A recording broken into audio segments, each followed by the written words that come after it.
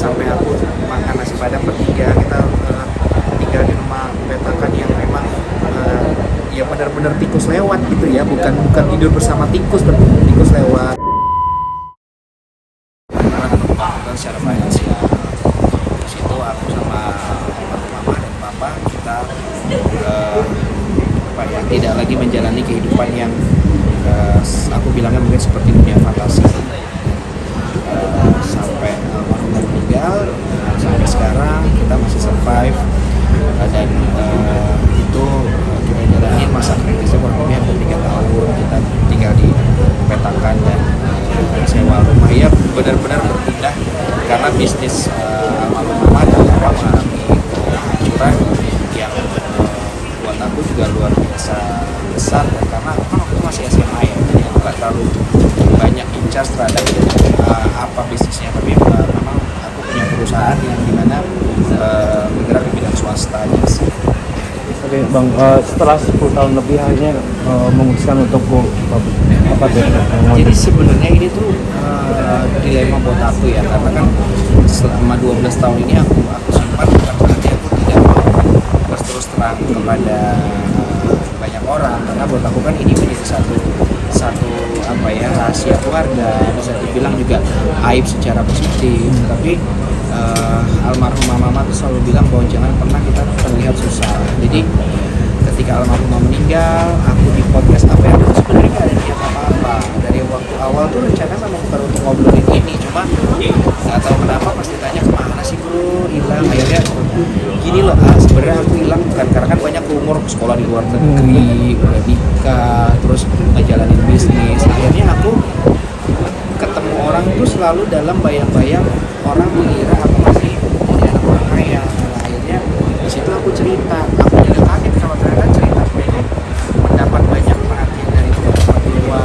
Jadi ya apa ya, nggak menyangka karena kejadiannya kan sudah lama dan aku juga masih survive, walaupun bisa dibilang baik, jauh lah dari 2010 sampai 2013 itu.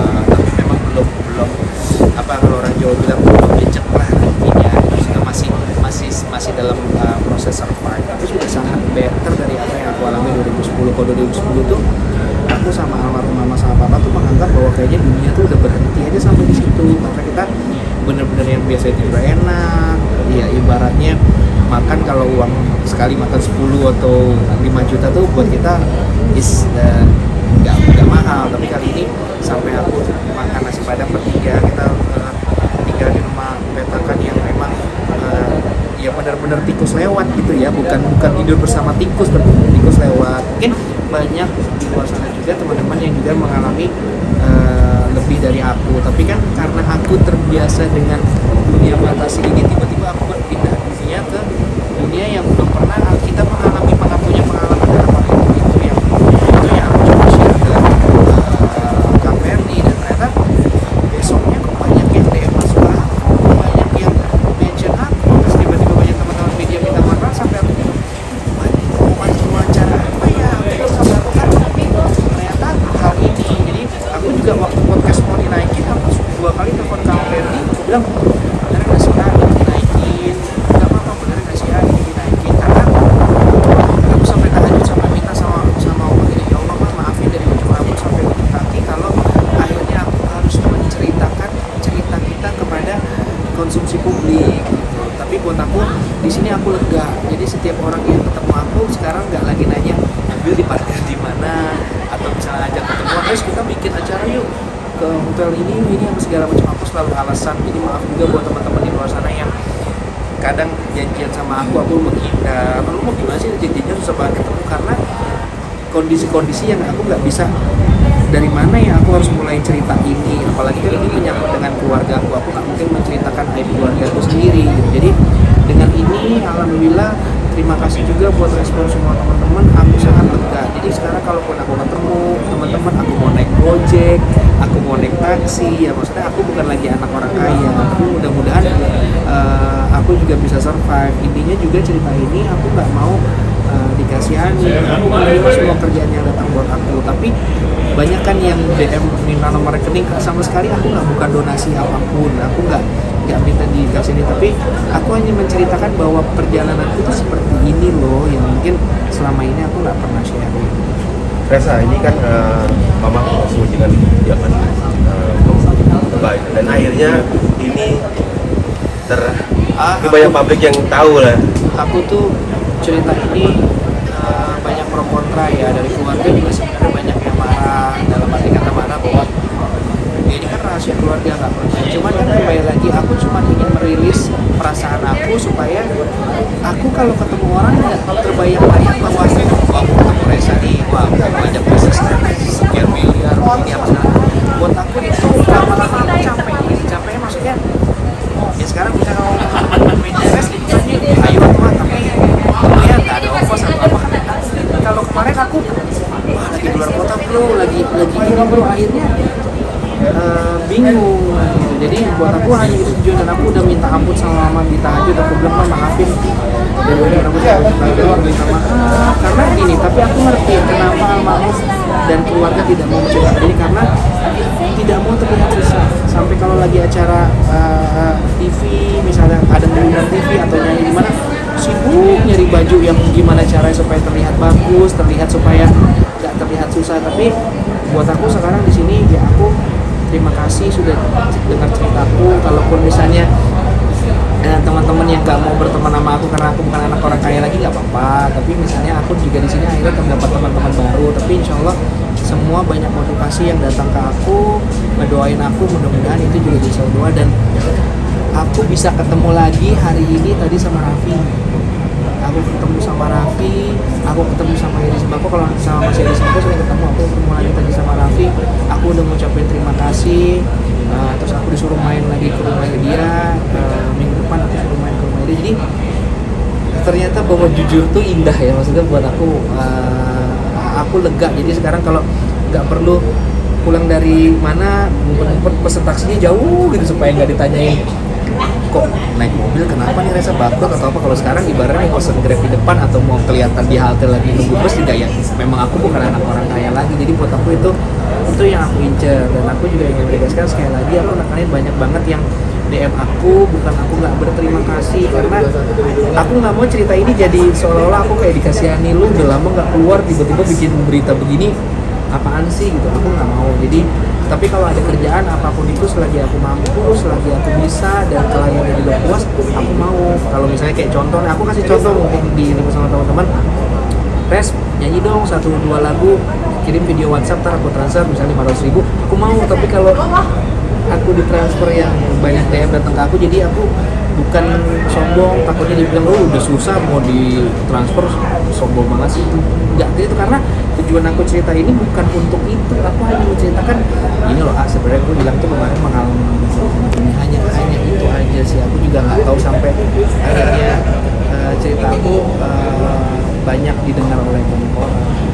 Mas, tapi jadi tadi bercerita tikus lewat bentuk kesulitannya itu seperti apa sih pada saat yang kita alami? Ya Allah, kalau dibilang bentuk kesulitannya ya, aku kalau cerita ini suka masih merinding karena benar-benar kayak kejadian lagi. Jadi kita benar-benar waktu itu jam 4 sore, aku lagi main game di rumah. Posisinya rumahku di Tebet. Setelah kejadian aneh-aneh di rumah yang ada bola api datang dan kejadian-kejadian lain, aku nggak bisa cerita detail ya karena almarhumah juga sudah meninggal, kan nggak layak kalau aku ceritakan. Akhirnya aku diungsikan ke rumah tante, di mana aku nggak tahu kalau itu aku lagi diungsikan. Cuman kita ke rumah tante yuk. Jadi aku cuma bawa kaos, baju hoodie kalau nggak salah aku pakai, sama celana, sama tas pinggang. Datang aja ke rumah tante. Tiba-tiba nginep. Tiba-tiba handphone mau dijual dulu apa segala macam. Nggak tahu kenapa itu langsung bertubi-tubi datang sampai detik ini aku nggak balik lagi ke rumah itu. Sedangkan di rumah itu bukan aku sombong ya.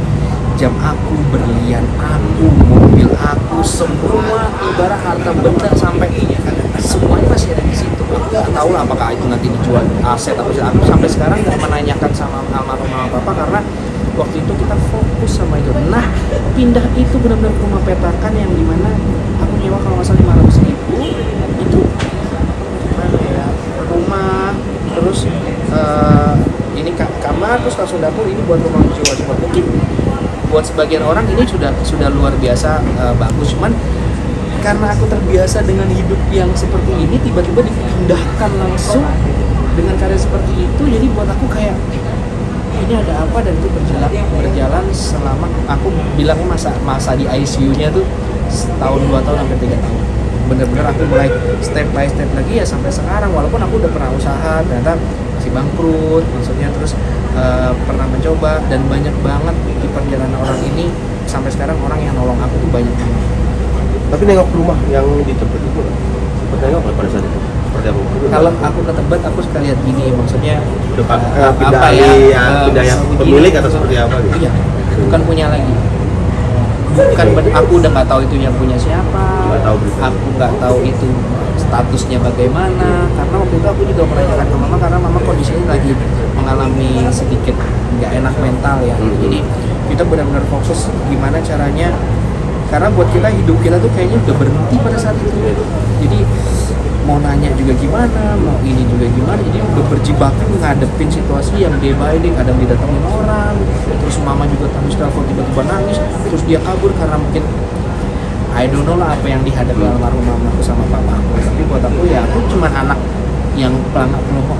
Ini ada apa sih, ada gimana sih, mungkin kalau kejadian sekarang aku di umur sekarang mungkin aku bisa lebih tunggu, jangan di-start dulu dong rumah gue apa gimana, bisa negosiasi ya, karena aku benar-benar nggak tahu apa yang terjadi, ini bisnis kenapa, ini bagaimana, ya itu tiba-tiba kejadian cepet banget. Jadi dari rumah petakan pindah ke rumah yang lebih besar, dapat job dari Para Ayu, terus dapat job bikin lagu Sarini pertama kali, pindahin lagi, akhirnya pindah ke BSD, terus ya itu mulai sekarang aku pun masih tinggal sendiri, masih kos gitu. Jadi tapi kalau dibilang ya sudah sangat alhamdulillah, masih bisa beli baju, masih punya handphone, masih bisa masih bisa nongkrong, nggak seperti 2010 yang benar-benar duit cuma 10.000 makan di kalau pagi nasi uduk dikirimin sama tetangga, dapat duit dari Para Ayu kita makan nasi uduk nasi padang bareng-bareng, nangis terus buat nyewa rumah itu. Jadi kayak ya gimana ya, mungkin kan banyak orang juga kan banyak yang lebih susah dari Ros, iya, tapi karena perpindahan yang ya, terbiasa itu. Seperti ini tiba-tiba begini, jadi berarti rasa ini apa nih gitu. Kalau mungkin kita memang terbiasa sederhana, mungkin ya buat aku nggak usah terlalu jadi hal yang polemik, karena ini pindah sampai aku kadang suka berkali gini, jangan-jangan mama papa lagi tes nih, lagi apa nih, sampai detik ini sampai diwawancara hari ini, kalau boleh ada satu keajaiban mimpi, mungkin aku lagi berpikir bahwa ini jangan-jangan lagi mimpi, bangun masih di tempat tidurku, masih dengan, tapi ya balik lagi semua kenyataan harus dulu. gimana ngelihat rumah di Tebet kan nggak jauh, pasti sering lewat. Cuma mau ngambil jam aku, sumpah kalau ke situ tuh pengen ngambil jam aku, pengen ngambil baju-baju aku ya gitu ya, karena mau ngambil diamond aku tuh yang kalung RH tuh hilang. Kalung RH itu ya bukan pamer, itu semuanya totally diamond berlian, aku nggak bawa. Jadi ya mungkin kalau di luar sana tiba-tiba ada yang pernah nyita kekayaan aku, terus ada barang RH, maulah dicicil lagi atau gimana ya, karena bukan nilainya ya, maksudnya mau aku nyicilnya semampu aku sampai berapa tahun lah nggak apa-apa lah, kalau karena itu salah satu trademark aku waktu nari dance kan, kalung RH itu, dan itu real diamond, bukan nggak apa-apa deh ditukar deh diamondnya nggak apa-apa, tapi batangannya aku pengen banget gitu, karena bikin baru sih bisa, cuman kan sejarah itu yang ya, tapi kembali lagi ya, kenyataan adalah kenyataan yang nggak bisa aku hindari. Dan terima kasih juga, maksudnya aku nggak nyangka banget bahwa cerita aku ini bisa sampai jadi orang banyak tahu gitu. Ya, mudah-mudahan sih masih bisa nerima aku apa adanya lah, itu aja sih yang jadi dilema aku. Maksudnya kadang senang rilis bahwa alhamdulillah sekarang kalau naik Gojek ketemu kayak misalnya hari ini datang ke TV, ya udah gitu, maksudnya nggak harus Pak berhenti di sini aja Pak, nanti kita kesananya gitu. Jadi karena teman-teman musisi juga masih taunya aku banyak uang kalau sekarang, jadi alhamdulillah udah banyak yang DM, ya Allah lu kenapa nggak cerita? Ya habis aku mau cerita mau gimana mulainya, kan itu rahasia keluarga, nggak mungkin juga aku bilang gue bangkrut nih, gue lagi bangkrut. Jadi aku bukan nggak mau cerita, cuman aku mulainya gimana ya, karena udah terlalu lama juga kan dan aku survive ini gitu. Jadi kecuali kalau kejadian baru kemarin gue ngalamin ini lagi mohon maaf juga teman-teman, bukan aku jadi orang lain, aku menutupi hal lain, tapi sekarang dengan ada apa adanya aku ini, mudah-mudahan masih bisa terima aku dengan baik.